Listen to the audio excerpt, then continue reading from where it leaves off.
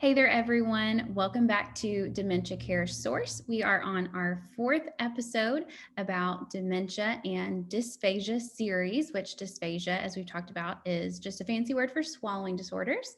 So back again tonight, we have Miss Megan Martin, who is an SLP that is very familiar with dementia, especially in the end of life stages when we start to see those issues with swallowing arise.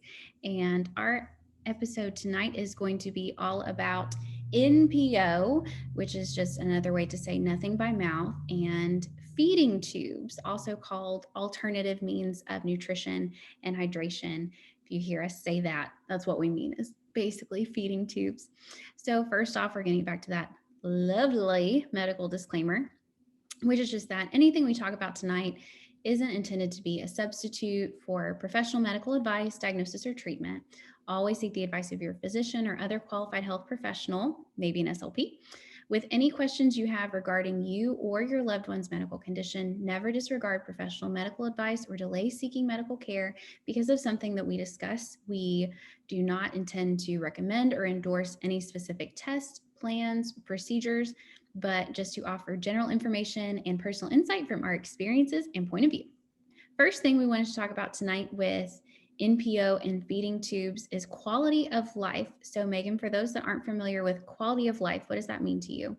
Oh goodness, quality of life is not only are you keeping the patient alive, which is obviously the goal of all things medical, but is the patient actually enjoying life? Are they getting to do what they want to do? Are they functioning at a level where they can enjoy um, what they have left in life? And so for, you and I think about our quality of life, things that affect it are our work environment, going out, our friends, our family, activities that we decide to do. Every single person has a quality of life. And in the medical terms, it just brings it into effect of like how what the patient wants out of their life and what how they get to where they enjoy it. Whether that's by eating or by movement or where they want to end up living. If they're looking at, needing assistance, would they prefer to be at home with 24-hour care, or if they would rather be, more in a skilled nursing facility, that kind of thing. So it's kind of all encompassing, but basically just a way to say, enjoy life, however much you have left. So Yeah, that's it. Exactly. Yes. And we have so many other good videos that talk about how to really invest in a person with dementia's quality of life in those end stages that I just thought about. So make sure you check out the other episodes on the website because I think that's really where my heart started for dementia care, was seeing these end of life patients and having people in my family, the end stages of life where, bringing something meaningful to them is a little more difficult, takes a little more patience, a little more creativity.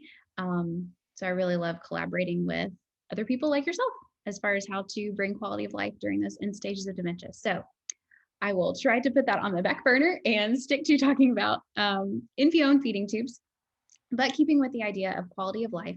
Like you said, everyone's unique. What is a quality of life for me? It might be different for you, might be different from my next door neighbor. So everyone's unique. You always want to consider the individual's rights and preferences when determining their healthcare initiatives. However, we know that's sometimes easier said than done. Ideally, everyone has a living will in place. They have a medical surrogate or a POA in place. We have a whole nother video about that with an attorney, Adam Smith. So people can go check that one out. Don't delay, do it for yourself today. Go get your living will complete. But yeah, second back burner, our back burners are now full. We don't always have the privilege of having our loved ones, living will in place or knowing for certain their decisions. So we kind of have to do our best with what we know about them. And it's a lot easier said than done. Even today, before we started recording, I know you and I were talking about how I have a patient that the daughter is the power of attorney, but the sister is the medical surrogate. And I think especially you and I have both seen when it comes to the end of life stages, we're talking about, feeding tubes, not being safe to eat and drink by mouth. There's normally a lot of family conflict. Definitely. Yes. Yeah. There are so many different opinions because, say it's a person's mother, and you have, that lady, that patient had 3 kids. Well, that's 3 different people who are processing what their mother is going through. So they obviously have their own personal beliefs and thoughts and feelings that they are having to work through and process, as well as the decline in their mother's health. And then they have to decide, the doctor is like, here are the options, here are the treatments, how far do you want to go? And they all have to decide. And they're going to have 3 completely different feelings. And then say they have kids or spouses or significant others who have their own opinions. And then the patient has siblings.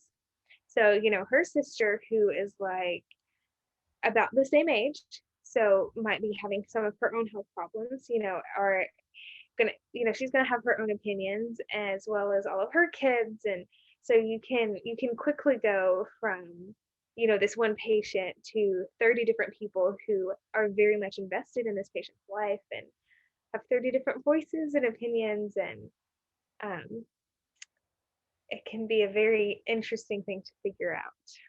Yes. So Yes. living wills are extremely helpful in those situations, especially because the patient was able to say what they wanted. So makes it a lot easier for everybody involved. Yes. So if you don't have one, do that now for the sake of your loved ones. Yes.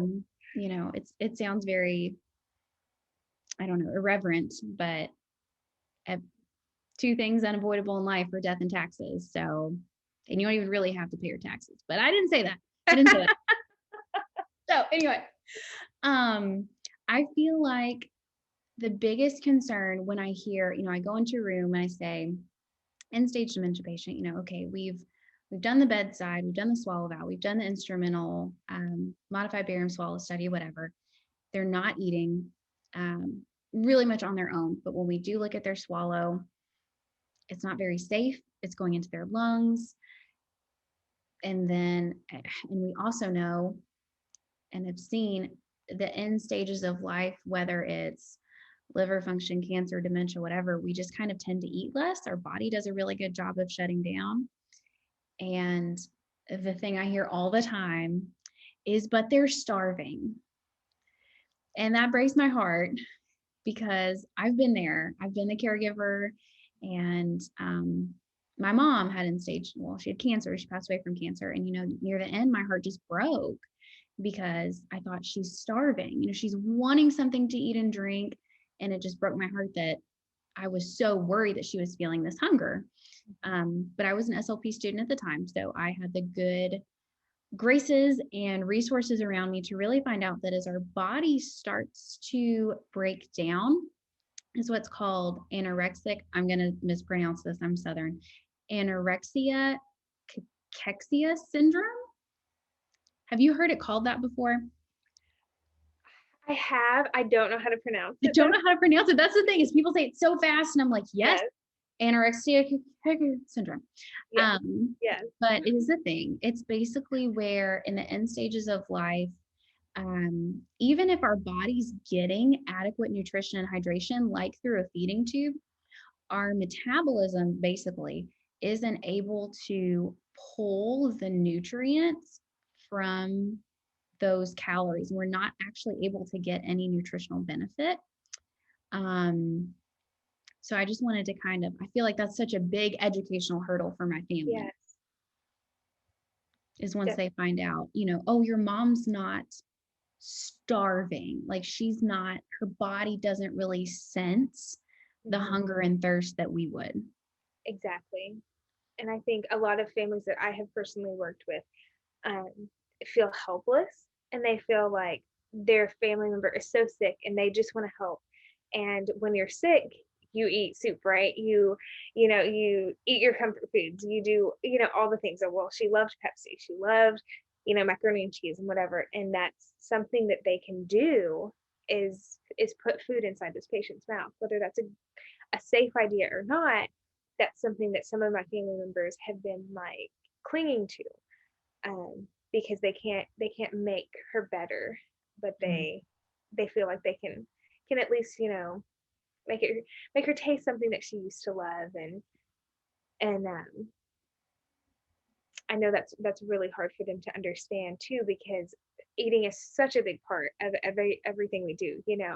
I don't know about you, but I eat way more than 3 times a day, and so for us, it's just so natural that it's hard for us to understand that they're not feeling that, they're not wanting that food, and even with apart from a dementia diagnosis, a lot of elderly people, especially women, I have found in my patients who just as they age, they just don't feel like eating as much. So, I had an elderly woman today who was like, "Yeah, I eat whatever I want. I usually eat like a cup of soup a day," and you know, that's that's what she wants. That's what she's hungry for, and she doesn't have any, debilitating disease. That's just what she feels like eating in her 80s. So, even apart from some severe medical diagnoses, as we get older, our bodies just don't need as much. Mhm. Yeah, absolutely. Yeah, I was just kind of researching it and getting ready for tonight. It talked about, if you've got an older patient, but especially a patient that's older, that's bedridden, they don't have a lot of caloric needs anyway. I mean, I think about Right. working at the hospital today. I went up and down 6 flights of steps like at least a dozen times, And Right. so, yes, I did have 3 hard-boiled eggs for lunch. One, because that's what I packed because I'm lazy. Um, but two, like we really need that nutritional input because we're Right. so active. And that just changes as we get older. And then especially as the body shuts down, it's not working, it's not sending that nutrition to build muscle. It's Right. we just have a lot less need than we do. But it is almost like anorexia. It's an anorexia. Um, at those end stages. So I just want everyone to find comfort. That's something I had to find out on my own. Um, and this is what I do for a living. So I hope everyone's able to find some comfort in that they're not sitting there at the end stages. They're not sitting there starving. And we'll talk about in a little bit that if they do kind of perk up, for lack of a better word, kind of what your options are for that's really the best time to offer them something to eat or drink because like you said, food is, I mean, gosh, American culture, it's like the center of nurturing and caring for someone. If someone is grieving, you bring them food. If someone is sad, you bring them food. If you have a party, you bring food. It's just what we do to fix the highs and the lows and everything in between. So I very much understand family members saying, I want them to eat. It's as much about concern that they're starving as much as we want to feed them. We want to help. I can't draw their blood, I can't take their chest x-ray, but I can give them ice cream, and like I get that. I genuinely understand that. I've been there. Um, but just those because it's something you've always enjoyed with your mom is her afternoon tea or her nighttime milk and cookies. You want to still enjoy that with her, and it just gets to be so hard in those end stages. And so I think sometimes it helps to take a step back and realize like, oh, this is a very social part of being a human is eating together. And that's another reason sometimes that it's so painful when someone Right. loses their ability to eat and drink. I totally agree. Yeah. This is one I think we've talked about in previous episodes. Just because a person isn't eating is not a good enough reason to basically threaten them with a feeding tube. Um, I've seen that from family members, and I understand that.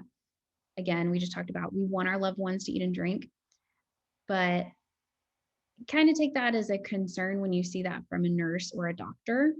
Hmm. Um, for me, that's pretty unethical to say, if you don't start eating, we're going to put in a feeding tube. It's taking away that patient's right to decide, hey, I just don't feel hungry. I'm not going to eat 100% of what you bring me when you bring me a large piece of chicken and green beans and broccoli and mashed potatoes and gravy and a dessert, because at home I eat a cup of soup. So I'm not going to eat all of that. So why would we expect those patients to eat everything we bring them to prove that they can maintain their calories when are they really needing that many calories? And are they wanting that many calories? Because if not, that's their personal decision and choice. And to force them into an ultimatum of eat everything we bring you, or we're going to put a tube down you so that you have all your nutrients that way, that's such a harsh decision to force on somebody. When it's something as simple as they just don't want to, they just don't feel like eating everything, you know? And Mhm. especially cross culturally, a lot of our facilities and hospitals and nursing homes, it's 100% American food.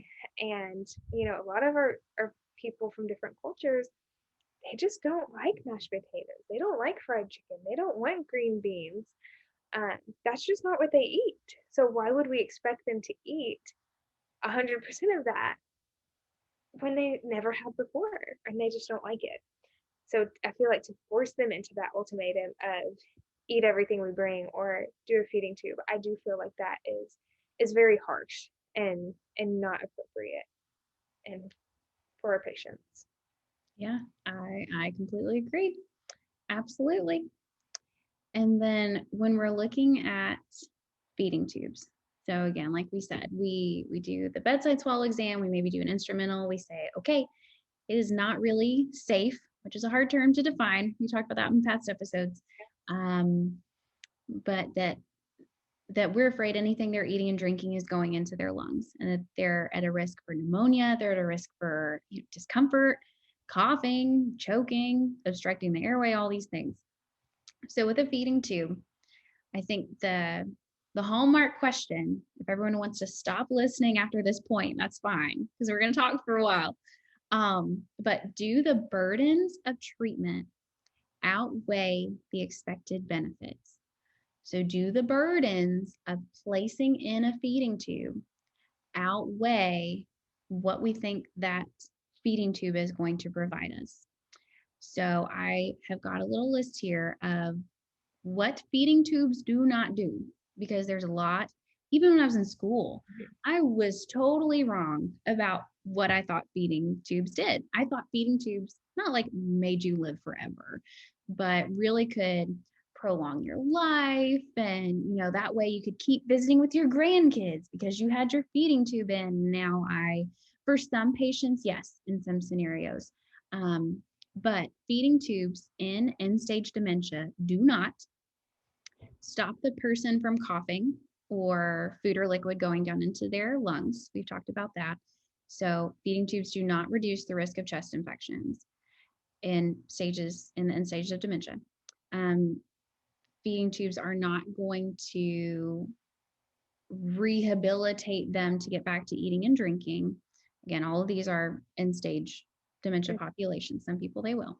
They're not going to stop you from losing weight.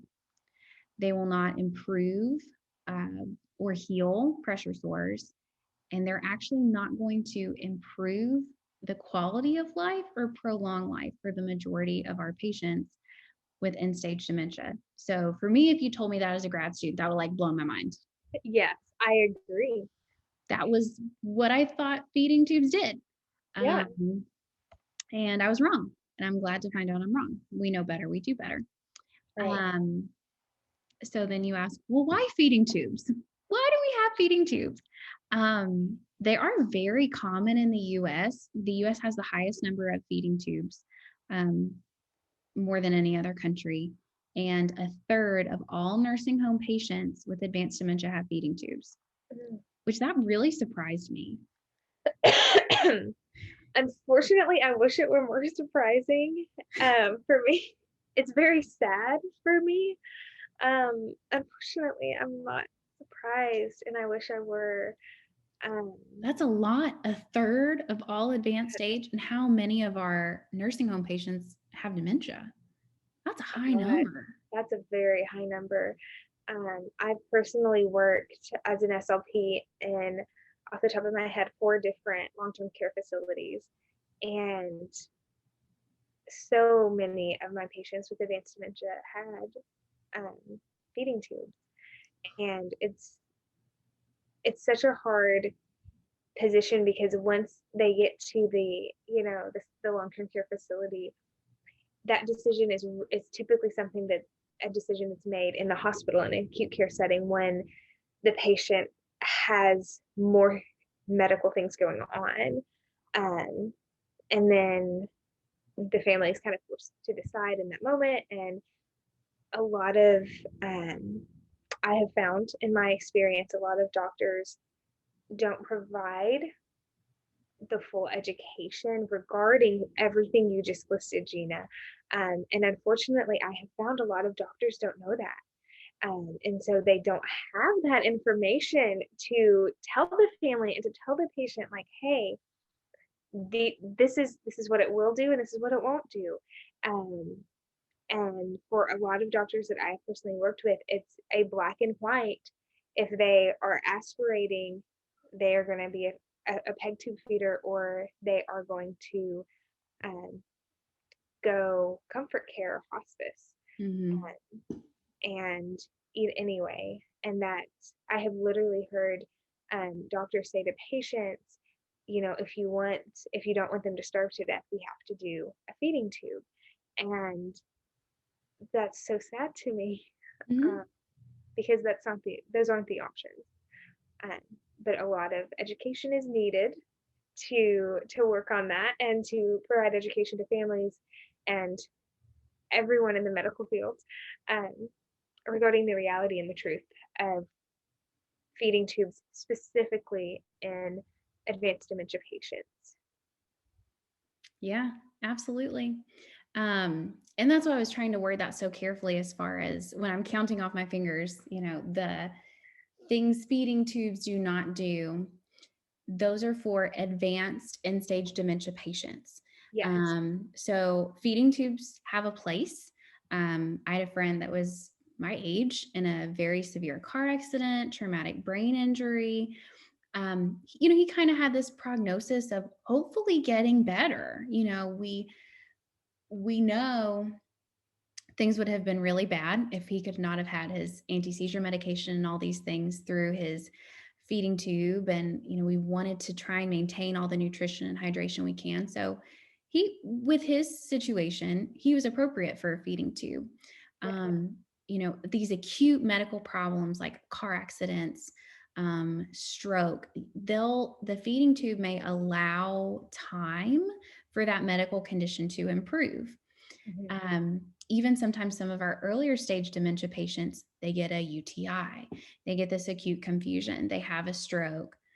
Sometimes, with this earlier stage dementia, you can introduce a feeding tube because it's just temporary.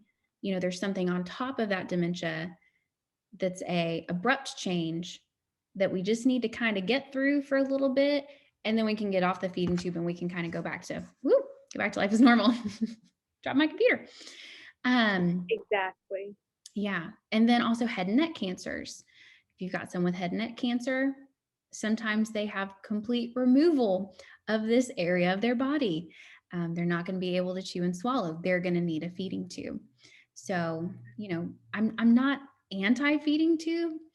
I just want there to be more education out there that it's not the answer for everything. Correct. Exactly. And a lot of the research shows, and especially the Alzheimer's Association has some really wonderful literature on their website. And there are so many contraindications, which means pros and cons, for patients with advanced dementia with feeding tubes. I can't tell you how many times I've seen it. You have somebody with advanced dementia who is confused and who is scared and who doesn't understand what's going on. And then you put a tube either up their nose or in their belly, and what is that going to make them? What is that going to do? It's going to make them even more confused, and so they're going to want to pull it, and they're going to want to move. And so a lot of times, in order to combat that, to keep them from pulling the feeding tube, because family and the doctor have decided that that's best for the patient, they restrain them to keep them from pulling it out. and then the patient becomes more agitated. So then the doctor is like, oh, in order to keep them from hurting themselves, we need to sedate them. So we need to give them more medication, which makes them more confused and more lethargic. So then it's a vicious cycle, Yeah. all based off one decision. And Yeah. I've seen that countless times. Mm-hmm. Yeah. Probably saw that basically twice, at least today, um, where I was. And it's so sad. And then, they have to be sedated and they're restrained in bed. And then, they get bruising from the thrashing in their restraints, and they're not getting up and they're having to lay on back. So then they're getting bed sores, and that, it's not good. Yeah, It can go into a downward spiral very quickly. definitely. Um, so with the feeding tubes, sometimes the biggest reason, like you said, is the risk of pneumonia. A patient goes, they don't normally just get it in the nursing home. A patient has to have this change, have this decline. They go to the hospital, they have this swallow a valve, they have this discussion with the doctor, and pneumonia is a big thing. Pneumonia is the most common referral for feeding tubes is pneumonia. The funny thing is, as we've talked about, is we know feeding tubes don't really prevent aspiration pneumonia because you can still aspirate your feeding tube contents. I had a patient that went out to the hospital yesterday from the nursing home because she's on a feeding tube, she's NPO, and she threw up and aspirated those contents back into her lungs. So, I mean, feeding tubes have a place. We Yes. keep having to be so careful how we word this.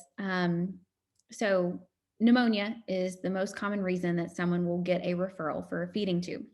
Mm-hmm. So we've kind of talked about very briefly why feeding tubes have their place. And now we're going to go back to why not feeding tubes. Just because we know this audience, we know the people that this video is intended for are those that are caring for people with dementia. And like you said, there's been some pretty clear research out there as far as the contraindications for feeding tubes and end-stage dementia. One thing is it's unbelievably expensive. The numbers I've seen are around $32,000 a year to manage a feeding tube. And that's average. So that's looking at the tube feedings, all the care that it takes to manage that incision site, the infections that normally arise from the incision site, and caring for just any complications that arise from that. Mm-hmm. So it was very expensive to manage one. And I have read, I don't know this, I am not an insurance representative. I've just read this, but I have read that insurance will not cover the tube feeding needs if the patient is in any way allowed to have food orally. Have you heard that? I have not actually I was heard very that. surprised. I don't know, and every insurance is different. True, but But that's very interesting. I might have to look into that. so that's, something that, everyone's situation is different. I know some people will be on Medicaid, Medicare, private insurance, but definitely talk to your insurance company if you're considering a feeding tube for any reason and find out how much of that's going to be covered. Yeah. Because I know a lot of our patients, maybe they are on a peg tube maybe at night, but then during the day when they're awake, they're allowed to have some pudding and some puree textures. So Mm-hmm. I don't know, kind of started thinking about all those patients. Yeah. So feeding tubes, very expensive, a lot of complications that can arise, the risk of infection, risk of aspiration, like Megan said, risk of pulling it out, having to be in restraints. I actually thought of one patient of yours that you told me about maybe a year ago that had her Yeah. feeding tube put in how many times? It was a very, very sad story that absolutely broke my heart. I was at a long-term care facility, and this patient did have a dementia. She also had what we call aphasia, so she had difficulty communicating what she wanted. So she had very, very few words, and so she had a feeding tube in her stomach, the peg tube, and she had pulled it, I believe, 3 times when I arrived at the facility as the SLP. And I heard about this lady, and so I started looking into it and figured out what was going on. And she frequently would get angry and trying to gesture and communicate that she doesn't want it in. And then she would get so fed up that she would pull it out. And while I worked there for 3 months, and she pulled it out 4 times while I worked there. And I spent a lot of time on the phone with her power of attorney, who did not come visit her. So she did not understand the communication. As far as she knew, she was unable to communicate. So I was able to provide some education to her family member on how she is able to gesture and answer questions and respond with emotions to what you say. She understands what's going on.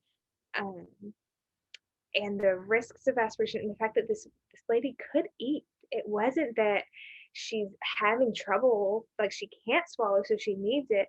She was getting 3 meals a day. And like we talked about earlier, she was one who wasn't eating enough. And so in order to keep her calories up, they have put a peg tube. So, and they kept putting it back in. So every time she would pull it out of her stomach, the facility would call the ambulance. They would come pick her up, take her to the hospital, have it put back in, and bring her back a couple days later. And every time while I was there, I would call the power of attorney. I had the dietitian with me. I had the nurse manager with me. I had talked to the doctors multiple times. And the power of attorney could not get past the fact that she kept saying to me, I'm afraid if we pull it out that she's going to starve to death. And then I feel like I would have killed her. And I kept educating. She's eating. She likes to eat. She enjoys it. But she doesn't want this.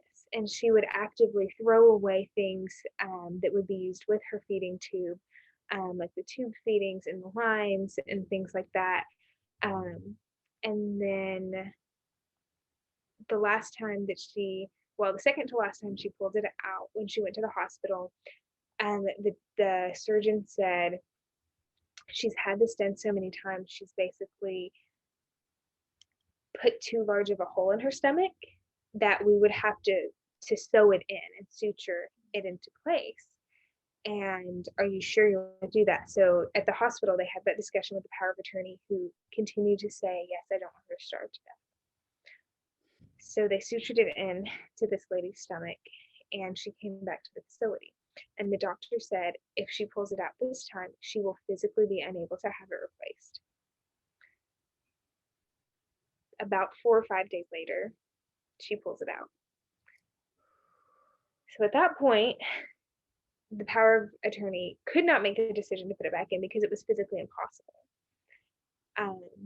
But this lady had to physically harm herself so many times by pulling it out, knowing that it was going to hurt, knowing that it was going to bleed. And the power of attorney continually not, and I feel like it was based out of fear and out of not understanding the situation and not seeing the patient, not seeing how adamantly she would cry and scream every time that she was told, we're going to take you to the hospital and put this tube back in. She would just devolve into tears and very angry screaming. But in that situation, she was not her own medical decision maker. And so she didn't have the choice. And so that really broke my heart. And the good part of that story is that after she did pull it out for that final time and it was physically impossible to replace it, she was so much happier because she didn't have that feeding tube. So she started going to events. She started going to watch movies as a group, or to make arts and crafts, and to get out of her room where she would just sit in the dark most days by herself. She started to become a different person. it was just much happier overall. So it was a horrible thing that this poor patient had to go through. But it does have a good ending. So Yeah. um, it was very eye-opening for me to see that situation and is to basically plead with the family over and over again about how she doesn't need it. Um, but at one point in time, this power of attorney had been told she'll starve to death if we don't put a feeding tube in her. So um, that's Mm, that's what had stuck with the power of attorney. So yeah. And that's why we're doing this video series. That's yeah, why, okay, we can talk about caloric needs. There's importance there. One interview I have lined up soon is with a dietitian who works in a skilled nursing facility. So that's I'm excited wonderful. about that one. Calories are important. Your proteins and your carbs and your fats are important. But for the question of why not feeding tubes, that story, and it sounds like she was not an end-stage dementia patient. No, Um, she was mid-stage dementia. She still was able to function physically. She could walk around wow. and participate in stuff, but she did have that aphasia, so it was very hard for her to communicate. Um, and so it was a learning experience for Yeah. me as a medical professional to see that and to walk through that with the dietitian and the nursing manager and her nurses and doctors who knew her and everything. So Yeah. who you choose as your power of attorney is a very powerful person. Yes, So it is. why living wills are very important again. Yes. Yes. Living wills are very important. Pick someone you love very, very much. Um, and yeah, meet with your attorney. And even, if you have the document, basically, I know how some people in my family have it filled out is, well, whatever they think, like I trust them, whatever they decide. But for Kentucky, where I am, there's even a packet you can print out online for free. And you just have to have it signed and witnessed, maybe an affidavit. I'm not sure. But you can just say, like, I pick this person to decide everything for me. And then there's like some wiggle room, but I do or don't want a feeding tube, intubation. Like, you can kind of check some boxes. So Right. that's nice. The more help you can give your loved ones, the better. Exactly. Um, because for every story like that, I think in the last week I had they were over 100, and I was seeing them, and they had dementia, but it wasn't really that severe dementia. Um, but they were able to tell me, I'm not ready to go. They said they had a lot of other things going on besides dementia. But there were just some religious questions they didn't have answered and some personal things that they had going on. And they said, I want to be here as long as possible. And the feeding tube, as we've talked about, does not always prolong life for every population. But we were able to kind of have a care conference and get a bunch of people involved that were able to give the patient better input because they were with it enough to say, I don't want to go. Yeah. So I've dealt with very young people that say, if I can't eat, I don't want to live. And then I've dealt with much older people that, you think, I guess maybe that's me being an ignorant young person, you think would be more familiar with their, aging and the aging process. And Mhm. they're like, oh, heck no. Please do everything. I don't want comfort measures. I don't want hospice care. I want to be here for X, Y, and Z. So like we started off the episode with, everyone's an individual. Yeah. Just keep that in considerations. But either way, feeding tubes, dementia or not, do have some contraindications. There was a study that I was just reading, and it talked about in-hospital mortality of those with feeding tubes. So people that had a feeding tube dying in the hospital, it was 10%. It was 10.8% in hospital mortality with a feeding tube. I thought that was so high. And that was with 181,000 patients. It was in 2016. They had a similar study in, 2006, and a similar study and results in 2007.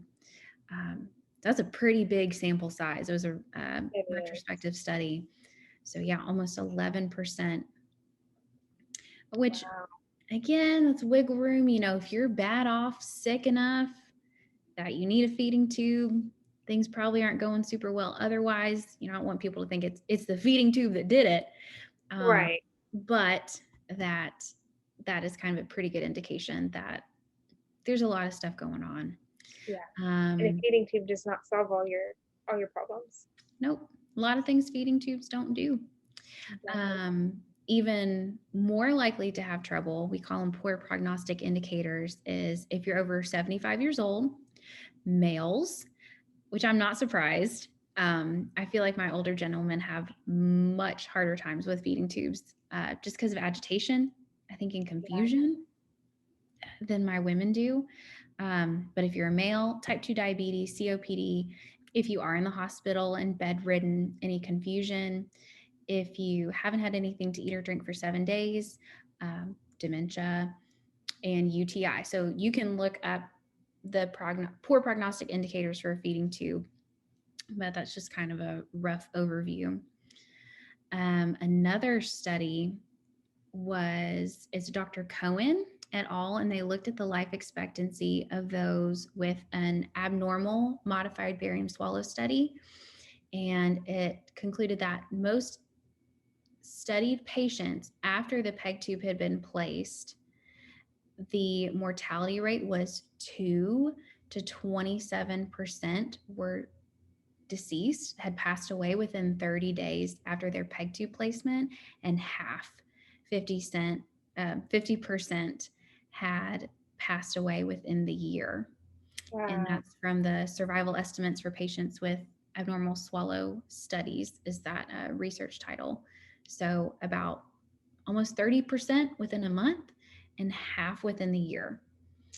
But that's all, of Yeah. those studies with the abnormal modifieds. But kind of the golden rule I've heard is dementia plus G tube equals about 6 months to live on average.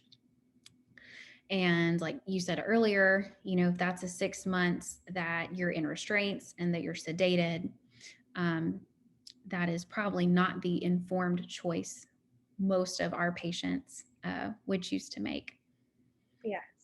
And one thing, and I know we've already talked about living wills and everything, but when you are, considering a patient, considering what they would have wanted when they had the cognitive ability to make those choices for themselves, because they can't.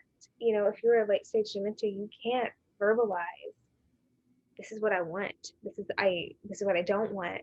And so trying to look at how they are acting, if they are in restraints, of course that's going to be uncomfortable. And of course they're going to be trying to pull against that. So how can we avoid that? How can we avoid being, restricted to the bed if they still have some movement, and could get up and sit in the chair? But if they did, then they'd pull the tube out. So we have to keep them in bed, um, seeing the whole picture and not just having it boiled down to, well, do you want to starve them or do you want to put a feeding tube in them? But to see the bigger picture and the whole person as well, and not just what they need, but what they would want, and how are they going to react? What is their quality of life going to be like if we make this decision? Yes. I've heard many doctors say, the like you said, oh, if you don't put a feeding tube in them, they're starved. If you don't want to do the feeding tube, then we have to do hospice care. I don't know if I've ever heard the doctor say, okay, well, if we do the feeding tube, then we're going to have to put them in restraints. We're going to have to sedate them, because you don't know until you do it. But I mean, I think you can kind of assess the behaviors and at least let the family know this is an option. I mean, I see that all the time. It's not like that's a abnormal thing. A lot Right. of the end stage dementia patients I see, you stick something in their nose, they're going to, it's going to come Yeah. out. Same Yeah. with their belly. What is this thing? Think same with IVs, they'll pull them out. Now it's a little different pulling out an IV and pulling out a feeding tube. So, oh my goodness. We were talking a little bit earlier about how when we were still in school, what we thought about feeding tubes and what feeding tubes could do for people. And we know better. We know better. We do better. I thought this was really interesting. It was when polled, the majority of doctors and SLPs think that PEGs improve nutritional status in patients with dementia, which, as we talked about, is not true. But 11% of these professionals say they'd want their family to request a PEG. So even the SLPs and doctors that are saying, oh, it improves their status, about 1 in 10 of them would also want that for themselves. Yeah. So, I think that's pretty telling. Yeah. That's very powerful. Yeah. And that's something that I personally do a lot with my patients is think about, if this were my mom, if this were my grandmother, if this were my brother, if that were me, what would I want? How would I want to be treated, first off? With bedside manner and how I approach the patients. But in their medical decisions, what would I want if that were me? It definitely changes it from the academics of everything that we've talked about, that is research based and what PEGs don't do and what the risks are with advanced dementia. But there's also that human side of, hey, this is a person and this is what they're going to have to deal with, for the rest of their life. If someone with advanced dementia is given a permanent feeding tube or a PEG tube, there's a very high chance that that's not going to be removed. And that's the rest of their life. Yeah. What would I want for me? It definitely adds an aspect to it for myself. Mm-hmm.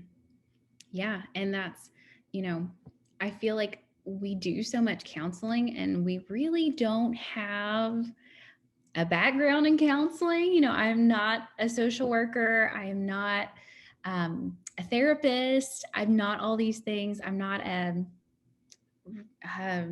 religious figurehead in any way.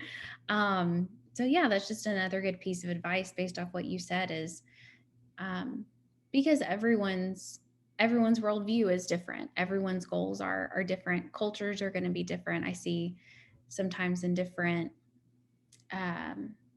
nationalities and ethnicities I work with, some tend to lean a lot more into the feeding tube and some tend to avoid it a lot more. So everyone's got a different background. So, reach out to people in your community that have been through this, in your religious organizations. We have another whole video with a mental health counselor, Caleb Harper. And so he kind of talks about how to make sure that us caregivers are also caring for ourselves. This is a really big decision. And I think even if you and I made 15 episodes, we couldn't go over everything, much less be able to, I can talk studies all day, but as far as reaching the heart, I just encourage everyone to kind of find their space and find their people and be able to, at the end of the day, make a choice that works for you and your worldview. And that we just, like I said in our disclaimer, this is our experience and this is our, we just wanted to, when the doctor comes in and has 15 minutes with you to tell you about the decision for a feeding tube, we just want to give you 5 hours instead of 15 minutes. Exactly. So yes, reach out to your community, make sure you take care of your heart too with making these decisions. And then with wrapping up, we're going to kind of refer out here. So there is the American Geriatric Society. Let me try that again. The American Geriatrics Society has a position statement on feeding tubes in advanced dementia from 2013, so you can look that one up.